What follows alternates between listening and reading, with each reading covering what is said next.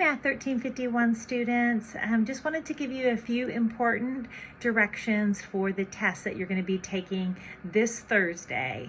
It'll be test 1 and you'll be taking it in My Math Lab. We're going to be using the HonorLock proctoring system, but I've taken care of that on my end. There won't be anything different that you need to do. The test will open at 7 a.m. and it will close at 11:55 p.m. You're going to need to make sure that you're doing your math test in one setting. So you're not going to be able to get up and go to the bathroom or answer the phone or anything like that.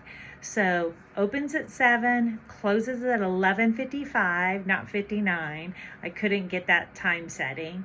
And it needs to be done in one sitting.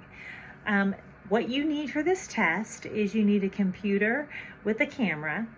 You're going to need scratch paper because you're going to be uploading your scratch paper to Blackboard.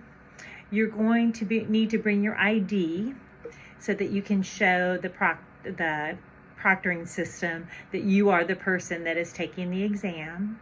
And you're also going to be able to use your notes. So in my directions, when I set up the test, I said that notes were allowed and a calculator is allowed. So when you first log into My Math Lab to take the exam, you're going to want to hold up your ID so that that can be verified. And then you're going to want to show your workspace. Now I'm also going to upload a document that shows what the camera needs to see when you're working on the test. So the camera is going to need to see your face as you're working through the problems, and it's not like you're going to be able to be buried down on your desk. Okay, so when you see the pictures, I think it will really help you to understand what the expectations are. So when you're working through the test, there are 30 questions. You have 2 hours to work on it. In My Math Lab, it gives an approximation of time spent on each question. So My Math Lab calculated that the test would take about 40 minutes, and I just doubled that and added some extra. So you have 2 hours, and that should be plenty of time to do the 30 questions. Some are really fast, some are a little bit more detailed than others. But what you'll do is you'll number a piece of paper 1 to 30, or I would wait and number it as I'm going through each problem. So some problems, you might look at it and be able to tell. There aren't many like that, but you might have a graph and it's very obvious what the answer is based on the graph. For example, if it said, how many people liked Reese's peanut butter cups best, that's not a question, and it was clearly 7, and you could put answer 7C, SC or whatever. So there wouldn't be work on that problem, but you might want to just write C because that was the answer choice.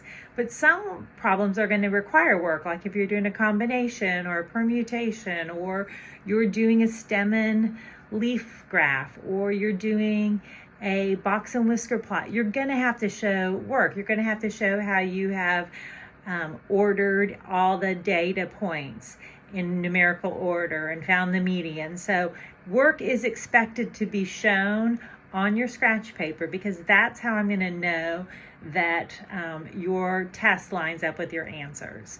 So you'll work through the 30 problems, write down as much work as you can. You don't have to write the question or anything, but you can, just write number 1 and then show your work. You don't have to write the directions to the question, but say you are making a stem and leaf plot, go ahead and list out all the data points and then show how you organize them, and then choose the correct answer.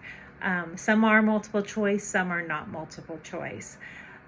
Once you finish the exam, then what you're going to need to do is make a PDF of that scratch work and then upload that to Blackboard, because that's how I'm going to give you credit for your test. Okay, so in order to receive your test grade, 2 things are important. Of course, you need to take the test, and then you need to upload your scratch work. I think that is all the information that I wanted to share with you. You will be proctored, and so if there's any kind of suspicious behavior, then a proctor kind of comes on the screen and might ask some questions or kind of assess the situation. So this is the new proctoring system we're using called HonorLog. So if you have any questions beforehand, just let me know. And again, it's an open note test, so you have that as your resource. I don't think there'll be anything that you'll be like, where did this come from? I think if you did your homework and you did your reviews, you're going to be very prepared for the test and do very well. So hope it goes well for you, and I will look forward to seeing great test grades, and I'm looking forward to seeing your project in another week or so. All right, have a good evening. Bye.